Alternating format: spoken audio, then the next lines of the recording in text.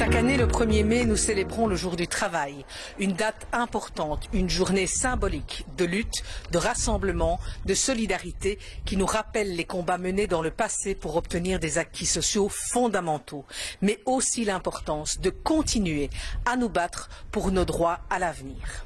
Voor het eerst in 75 jaar zullen we dit jaar een heel bijzondere 1 mei vieren, namelijk iedereen in zijn kot. Maar het blijft meer dan ooit het feest van de arbeid en van de werknemers. L'épidémie de coronavirus a profondément bouleversé nos vies. Les travailleurs ont dû s'adapter. Qu'ils soient en télétravail prolongé depuis plusieurs semaines, en chômage temporaire ou qu'ils se rendent tous les jours sur leur lieu de travail pour continuer à assurer des services aux personnes. Certains sont chaque jour en première ligne, au front. Quelle que soit leur situation, ce sont les travailleurs qui continuent à faire tourner le pays et à être le moteur de sa survie. Nous pensons à chacun d'entre vous. Nous vous remercions du fond du cœur, tous pour votre courage et pour ce que vous faites chaque jour.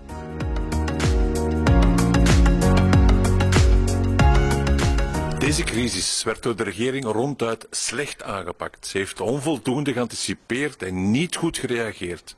Maakte foute keuzes door te weinig gezondheidsmateriaal en beschermingsmiddelen in te zetten en zo bracht ze de gezondheid van de werknemers in gevaar.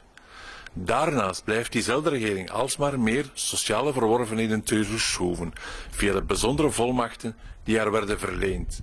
Het lijkt wel alsof ze de economische gezondheid van het land laat voorgaan op die van de burgers. En ces temps difficiles, nous devons plus que jamais garder notre regard critique et lutter pour préserver nos droits fondamentaux, en ce compris nos libertés individuelles. Il n'est pas question de mettre en place des systèmes de tracking pour suivre les mouvements des personnes. Ce qu'il faut, ce sont des tests pour tous et du matériel de protection en suffisance. L'humain d'abord et pas l'économique. Vandaag, te midden van deze wereldwijde crisis, stellen we opnieuw vast hoeveel geluk we hebben dat we in België kunnen rekenen op een schitterende, solidaire verzekering. En hoe essentieel die is, onze sociale zekerheid.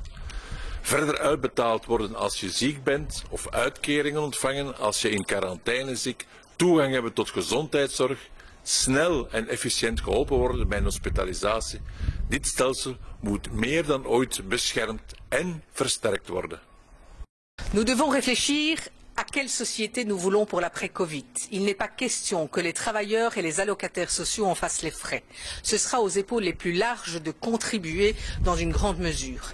Pas question de voir naître de nouvelles régressions sociales ou de s'attaquer à nouveau aux moyens de la Sécu. En tant qu'organisation syndicale, ce que nous voulons pour cet après, c'est une société où chacun aura sa place, en bonne santé, où l'État jouera son rôle, avec des régimes de protection sociale efficaces, bien financés, sans inégalité ni dérégulation. We moeten sterk en eensgezind blijven, ook al zijn onze sociale contacten beperkt. Toch zijn we er meer dan ooit voor jullie en staan we aan jullie zijde. Ook de gewestelijke afdelingen van de BBTK-ZK zijn bereikbaar om je te helpen als je met iets zit. Ce qu'il faut souligner également, c'est la formidable solidarité qui s'est créée au cœur de cette crise sanitaire sans précédent. Nous le voyons chaque jour, des initiatives citoyennes, des petits gestes d'humanité, de l'entraide entre les personnes se développent un peu partout dans le pays.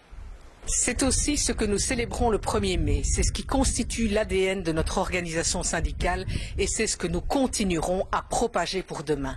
La solidarité. Soyons unis contre le coronavirus, unis contre les inégalités, parce que c'est Ensemble, on est plus fort. Samen sterk.